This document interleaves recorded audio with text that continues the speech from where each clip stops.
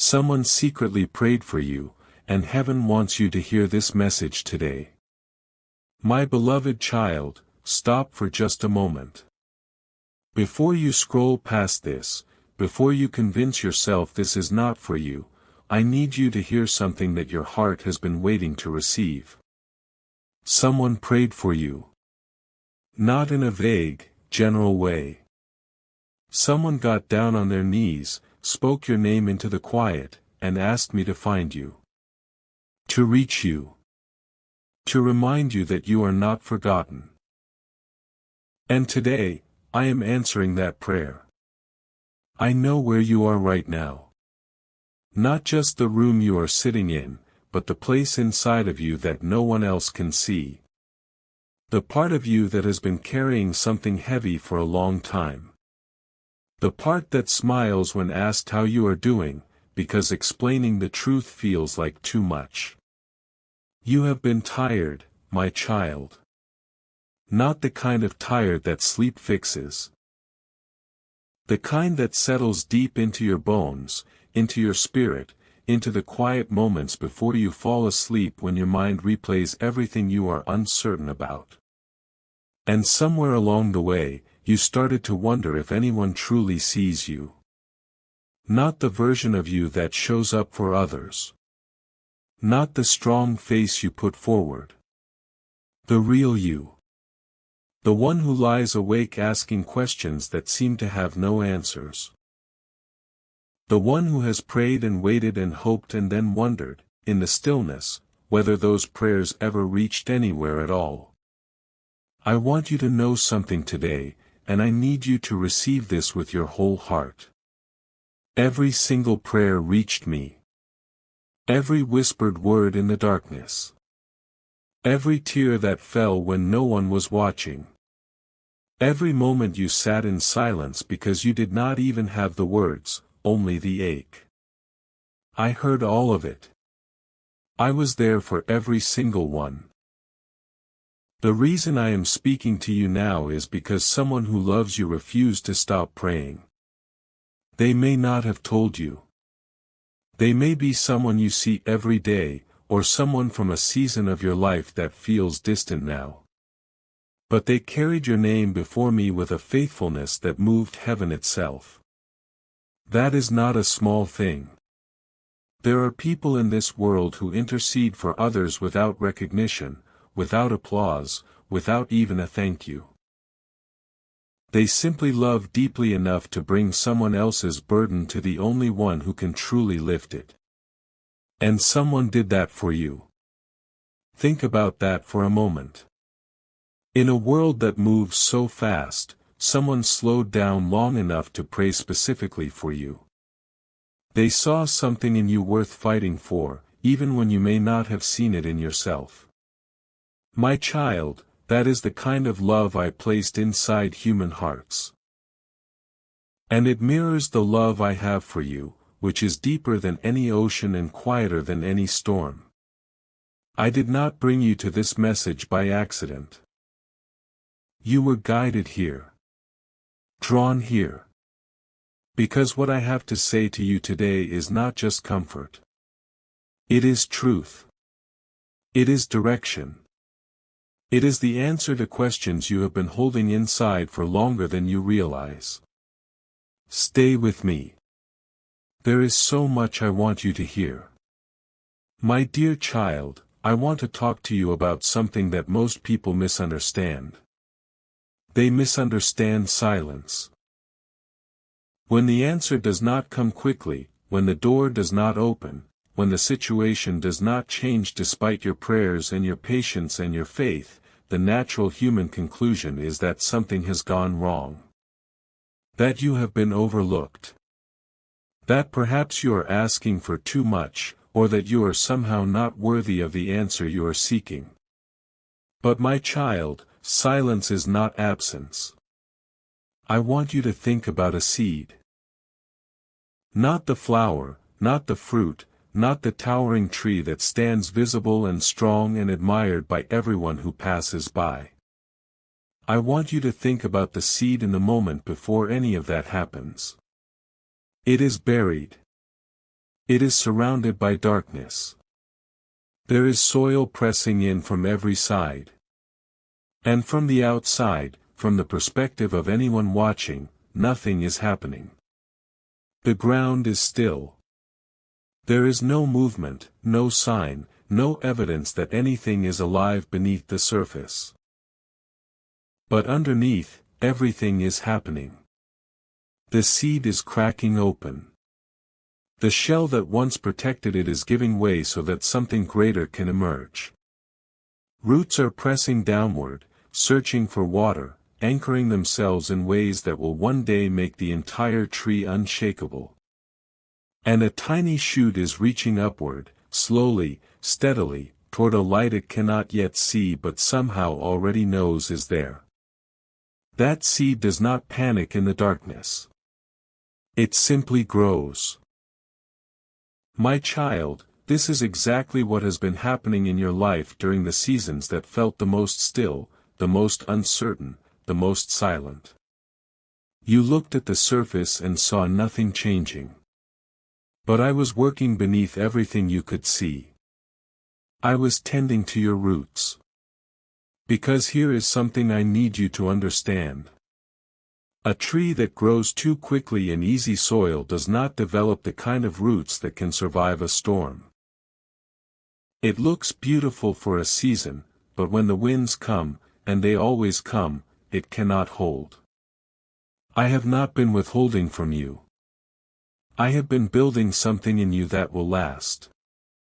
The waiting you have endured, the prayers that seemed to echo unanswered, the nights that stretched on longer than felt fair, those were not punishments. They were the deep work of a gardener who loves the tree more than the tree loves itself. A gardener who knows that what is being grown is worth every moment of careful, patient tending. Listen closely, my child. The confusion you have felt during this season is not a sign that you are lost. Confusion often precedes the greatest moments of clarity. The darkness before the dawn is not a mistake in the design. It is part of it. I have watched you press forward when you had every reason to stop. I have seen you choose faith when fear would have been so much easier. I have noticed every small act of courage that no one else applauded, every quiet decision to keep going when giving up felt so tempting. None of that was invisible to me. You have been growing, my child. Even when you could not feel it. Even when you could not see it. Especially then. My precious one, I want to tell you about the person who prayed for you. I will not reveal their name today. But I want you to feel the weight of what they did, because it matters more than you know. They were not having an easy time themselves when they prayed for you. That is the part that should stop you in your tracks. They were carrying their own burdens, walking through their own uncertainty, navigating their own quiet battles. And yet, in the middle of all of that, your face came to their heart. Your name rose up inside them like a whisper they could not ignore. And instead of pushing it aside, they stopped. They stopped what they were doing, and they brought you to me. They asked me to cover you. To protect you. To reach you in whatever place you had found yourself in. They prayed with a sincerity that went beyond words, the kind of prayer that comes from somewhere deeper than the mind, from the very core of a heart that genuinely loves another person. My child, do you understand how rare that is? In a world that celebrates self-focus, in a culture that constantly tells people to pour into themselves first and others second, someone chose to spend their quiet moment interceding for you. They gave their prayer, which is one of the most sacred things a person can offer, to cover your life. That kind of love does not happen by accident. I placed you in each other's lives for reasons that are still unfolding. Every relationship I have woven into your story carries a purpose, even the ones that came and went, even the ones that were complicated, even the ones that ended in ways that left you confused or hurting. But this person, this quiet intercessor, they are a reflection of something I want you to see more clearly. You are worth praying for. Not because of what you have accomplished. Not because of how well you have managed your life or how few mistakes you have made. You are worth praying for simply because you exist. Because I made you. Because before you ever took your first breath, I knew your name and I loved what I saw. There are moments in life when we lose sight of our own worth. When failure stacks upon failure, when relationships disappoint, when the mirror of the world reflects back something that does not look like what we hoped we would become, it is easy to start believing the lie that we are less than. But someone prayed for you, my child. And that prayer was an echo of my own heart toward you. Think about the river that carves its way through solid stone. It does not do so with force or violence. It does so with persistence. With a quiet, steady, faithful movement that never stops. And over time, what seemed immovable gives way.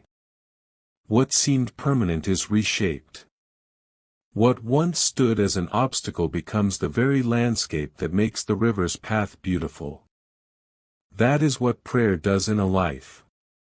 That is what has been happening in yours.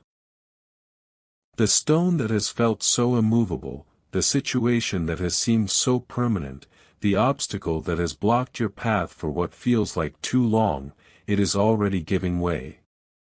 You just cannot see it yet. But I can. And I promise you, what is coming will take your breath away. My dear child, I want to speak to you about loneliness today. Not because I want to bring up pain without purpose. But because I know it has been sitting with you, quietly, in the background of your days. And the things that sit in silence grow heavier over time when they are never acknowledged. So I am acknowledging it. There are seasons in life where even a room full of people cannot touch the particular loneliness you feel. You can be surrounded by laughter, by conversation, by the ordinary noise of daily life, and still feel a distance between yourself and everyone around you that you cannot quite explain or close. You have felt that, my child. I know you have. And what makes it harder is that it is difficult to talk about. Because from the outside, your life may not look lonely. You may have people who love you, work that keeps you busy, a routine that fills the hours. And yet in the quiet spaces between all of it, there is a particular kind of alone that visits you. It is the loneliness of feeling misunderstood. Of carrying a depth inside you that most conversations never quite reach. Of sensing that there is more to who you are, more to what you are meant for, than what your current circumstances seem to reflect. Of holding a vision for your life in your heart that has not yet materialized in your hands. That kind of loneliness is not a flaw in you. It is actually a signal. It is the ache of a soul that was made for something eternal, living in a world that is temporary. It is the restlessness of a heart that was designed for deep communion, in a world that often settles for surface connection. That longing you feel is not something to be ashamed of or silenced. It is one of the truest things about you. My child, I created you for connection.